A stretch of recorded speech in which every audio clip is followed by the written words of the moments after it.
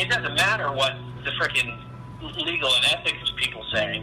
We need to win this motherfucker. Unless you've been living under a rock or watching CNN over the last week, you've probably seen the bombshell Project Veritas videos that have been sweeping YouTube and social media the last few days. The content in these videos is disturbing, and the evidence reinforces the growing perception that the Hillary campaign and the DNC is a dark spiderweb of crime and corruption. Not only has the video been blacked out and censored on social media and Reddit, which I proved in a video linked below, the mainstream media denies the videos are real and claims they are doctored with no evidence of any of the events actually taking place. They claim it's out of context barroom talk, and are now saying that even if the video is real, they must have just been talking about hypothetical events and that there is no reason to believe they ever actually took place. We don't know how this video was gotten. We don't know how it was edited. We don't know whether this was locker room talk.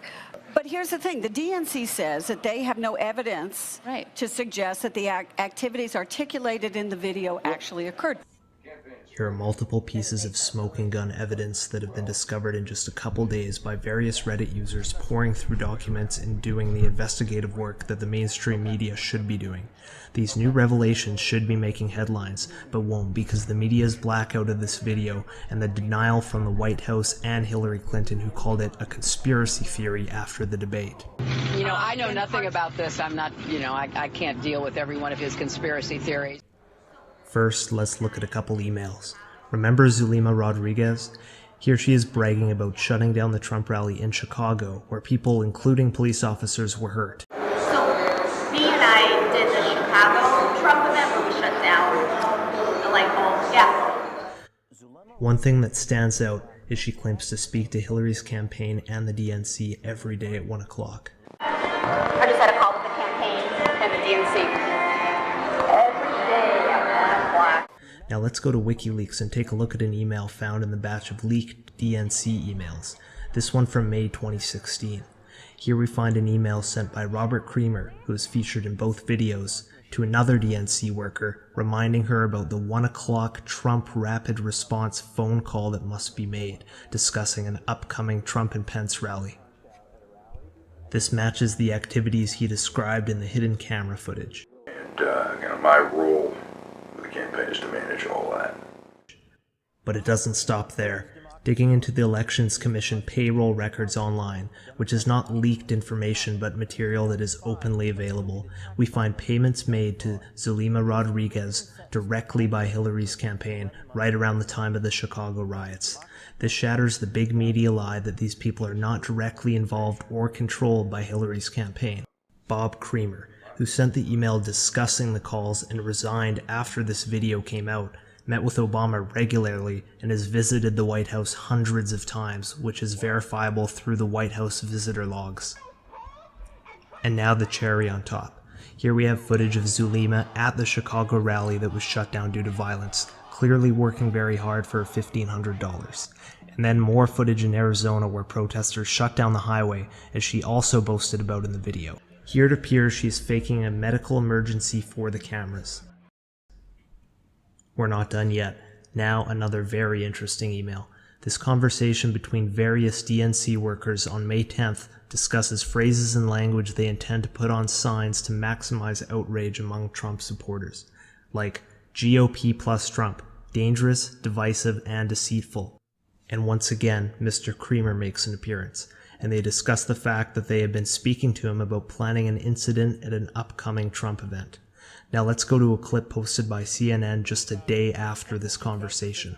Pay attention to the signs in the background. What they're trying to say actually really railing on the issue of immigration reform. If that wasn't enough, see if you can spot someone who looks familiar here.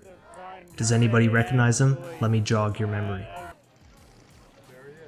There he is. So what was going on for the past hour was a very, very limited meeting. So I'm basically Deputy Rapid Response Director for the DNC for all things Trump on the ground. This guy is Aaron Black. He works full-time for Creamer at Democracy Partners.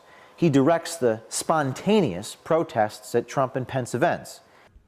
There's also an article from 6 months ago, published by ABC News, that at the time had no hard evidence behind it. where somebody speaks out about being hired to incite violence at a Trump rally, responding to an ad on Craigslist. It's just another piece to put on the growing pile of evidence that the Hillary Clinton campaign and the DNC are in fact tampering with the election. Now that the pieces of the puzzle are falling into place, there is no reason why this story should not be the #1 story in America right now. The narrative that Project Veritas is producing misleading, out of context, and edited footage is blatantly proven false. And that is the idea the media and the White House are pushing as we speak. Now we need to force the media to report on this story. It is not only extremely immoral what the Clinton campaign and the DNC are doing, but it's tampering with an election. And whether you're a Trump supporter, a Hillary supporter, or a third-party candidate supporter, there's no arguing that this is rigging the election. And Obama's little White House speech calling people crazy for talking about it is a joke. Why can the White House claim that Russia's tampering with the election when they are the victims, and then claim it's all an unfounded conspiracy theory when others say it? So show this video to anybody that doubts Project Veritas and tweet it to mainstream media outlets, and maybe we can force them to address this. There's now no denying what is going on, and the people behind it need to be held accountable. So far, there has been no sign of any charges or investigation on these people. In fact, CNN is now calling for an investigation into Project Veritas because they're upset James O'Keefe was able to obtain hidden camera footage. It's unprecedented.